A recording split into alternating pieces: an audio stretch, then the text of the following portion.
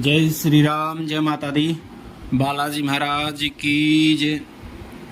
जो आज एक विषय ये आज हनुमान जी की साधना के लिए, जो बच्चे नवरात्रों में बालाजी की साधना करना चाहते हैं, हनुमान जी की साधना करना चाहते हैं, सबसे पहले हम हनुमान जी की साधना के लिए किन किन वस्तुओं की आवश्यकता पड़ेगी और मंत्र जप के समय हमने क्या नियम रखने हैं और क्या विधि है मंत्र जप की। क्योंकि जब तक आपको मंत्र जप के बारे में या विधि की जानकारी, पूरी जानकारी नहीं होगी तो अधूरा रहने से वो हमारी साधना पूरी नहीं हो पाती। तो इसलिए आप इस वीडियो को अंत तक ज़रूर देखना, आपको इसमें पूरी विधि मिलेगी साधना की। मंत्र जप कैसे करना है और कितना जप करना चाहिए, किस माला से जप करना चाहिए, क्या भोग देना चाहिए, तो सब विधि इस माला की, इस मंत्र की आपको। हनुमान जी का ये बीज मंत्र है, सबसे शक्तिशाली, सबसे पावरफुल मंत्र है। क्योंकि जब भी हम किसी देवता की शक्ति पाना चाहते हैं तो उसको शुरुआत बीज मंत्र से की जाती है। और ये बीज मंत्र इतना ताकतवर है, यदि आप इसकी साधना कर लेते हैं तो हनुमान जी महाराज की शक्ति, हनुमान जी आपके हमेशा साथ खड़े रहेंगे किसी भी विपदा में हो। और ये एक बहुत छोटा मंत्र है और बड़ी बड़ी शक्तियों को, बड़ी बड़ी जो शमशान मशान सब चीज़ों को आप इसको 1 सेकंड से पहले ये मात दे देता है। तो इसलिए इस मंत्र की शक्ति इतनी पावरफुल है। सबसे पहले आपने मैं बता देता हूँ इसका जप कैसे करना है। यदि आप नवरात्रों, वैसे तो इसकी 11 दिन की साधना आप शुक्ल पक्ष के मंगलवार से लेकर के 11 दिन तक कर सकते हैं।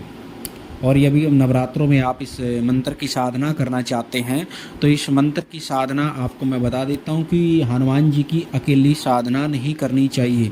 या तो आप भगवान श्री राम के साथ में हनुमान जी की साधना करो, उसका फल आपको डबल मिलेगा, या फिर माँ भगवती के साथ में हनुमान जी की साधना करनी चाहिए।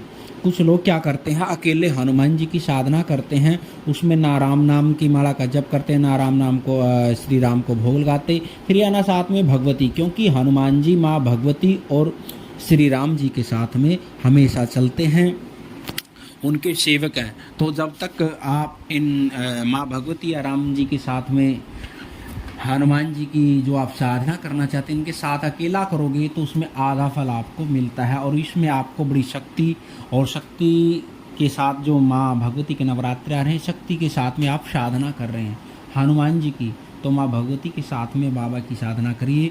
तो आपकी जितने भी, या कोई आप काम के लिए साधना करना चाहते हैं, या कोई विशेष मनोकामना को लेकर इस मंत्र का जप करना चाहते हैं, तो या कोई आपके ऊपर किसी भी तरह की कोई विपत्ति है, तो ये सब मंत्र सबसे निकालने में पावरफुल है। किसी ने इलम, बंधन, टोना टोटका, मसान शमशान, कुछ भी कोई क्रिया हो, जादू टोना टोटका, सबको काटने में बिल्कुल ही पावरफुल है हनुमान जी का बीज मंत्र। क्योंकि हमने किसी भी मंत्र की साधना करते हैं तो बीज मंत्र से ही स्टार्ट करनी चाहिए। जब तक हमारा बीज बो के ऊपर नहीं होगा तब तक हमारे को फल नहीं मिलेगा। ये विशेष रूप से ध्यान रखने की बात है। इसकी साधना मैं बता देता हूँ आपको। सबसे पहले तो मैंने बता ही दिया, हनुमान जी की साधना या तो राम जी के साथ में करनी है या फिर माँ भगवती के साथ में करनी है। उनको सबसे पहले आपने एक मूर्ति पे भोग लगाना है। भोग लगाने के बाद हनुमान जी को भोग लगाना है और पूजा करनी है। पंचोपचार पूजन करके आप साधना कर सकते हो। उसके बाद आपने विशेष रूप से जिस भी, या तो साधना के लिए या किसी मनोकामना के लिए आप जब करना चाहते हैं तो उसका संकल्प अवश्य ले। जब तक आप संकल्प नहीं करोगे तब तक ये आपको सिद्धि या कोई विशेष मनोकामना आपकी पूर्ति नहीं होगी। विशेष ध्यान रखना है। और आप इसमें जब तक साधना करते हैं तो घी का दीपक अवश्य जलाएं, देसी घी का दीपक अवश्य जलाएं। साथ में जब तक आप माला का जप करें, या आप अखंड ज्योति भी जला सकते हैं।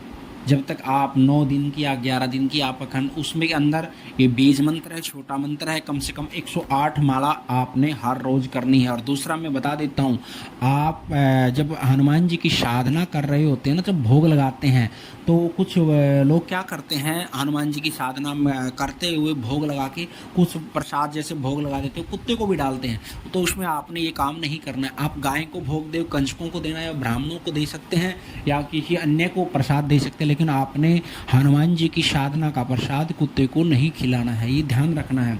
और आप इसमें आप मूंगे की माला ले सकते हैं या फिर रुद्राक्ष की माला ले सकते हैं। ज़्यादा से ज़्यादा हनुमान जी की साधना में लाल वस्त्रों का, लाल आसन का ही प्रयोग करें। जब आप साधना कर रहे होते हैं तो उसमें लाल वस्त्रों का प्रयोग करें।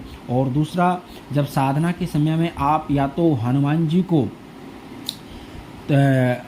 को पान के पत्ते पर राम नाम लिखकर 108 बार, 11 पत्ते ले लो या 21 पत्ते ले लो, 51 पत्ते ले लो, पान के पत्ते पे सिंदूर से राम नाम लिख करके साधना के किसी भी टाइम भी, जब आप 11 दिन की साधना उसके बीच में एक माला हनुमान जी को पहनाओ। या फिर आप कागज़ पे बनाकर, कागज़ की राम नाम की माला जब बना देते हैं, लाल सिक्के से लिखनी है आपने, वो भी 108 राम नाम की माला हनुमान जी को पहना के आनी चाहिए। या फिर आप तुलसी पत्तर की माला हनुमान जी को अवश्य पहनाएं।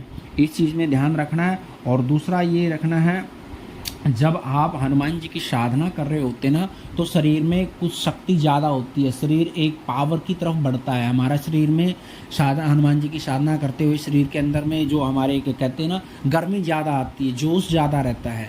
तो उस समय में विशेष ध्यान रखना, किसी से ना तो लड़ाई करनी है, ना किसी से झगड़ा करना है, और ना किसी से ज़्यादा बातें करनी है, क्योंकि उस समय ये रहता है कि साधना भंग हो सकती है, क्योंकि शक्तियाँ भी आपकी परीक्षा लेंगी उस समय। ये विशेष ध्यान रखना है, किसी भी बात का किसी से कोई भी एक आपस में बहसबाजी नहीं करनी है, क्योंकि जब साधना कर रहे होते हैं ना आप, उस टाइम शक्तियाँ परीक्षाएं लेती हैं। और उस परीक्षा के अंदर यदि आप फेल हो जाते हो, किसी से बहसबाजी करते हो, गाली गलौज, या अंदर से कुछ भी मन आपका दुखी होता है, तो आपकी साधना उस समय भंग हो सकती है, ध्यान रखना। और दूसरा, जब आपकी साधना पूर्ण हो जाए तो उसके बाद में आपने हवन करना है, दशांश हवन करना है। और उसके बाद आप हनुमान जी को चोला चढ़ा के आएँ। आप हवन से पहले भी चोला चढ़ा के आ सकते हैं हनुमान जी को, सिंदूर का चोला, लंगोट और मिठाई जो भोग लगाना आपने, या तो आप चूरमे का भोग लगा सकते हो, बूंदी का, लड्डू का, इमरती का, जलेबी का, खीर का, जो भी आप भोग लगा सकते हो। ओम, और मैं मंत्र आपको ये बता देता हूँ, ओम हम हनुमते नमः, ओम हम हनुमते नमः, ओम हम हनुमते नमः। इस मंत्र का आपने 108 बार माला का जप करना है। यदि आप साधना के अंदर हो, या आप किसी भी तरह की विशेष मनोकामना को लेकर करना चाहते हैं, तो भी तो आप इस मंत्र को कर सकते हैं। और ब्रह्मचारी का पालन, और दूसरा विशेष रूप से नियमित रूप से आपने जिस समय पर आप जप कर रहे हैं, डेली उसी समय पर करें।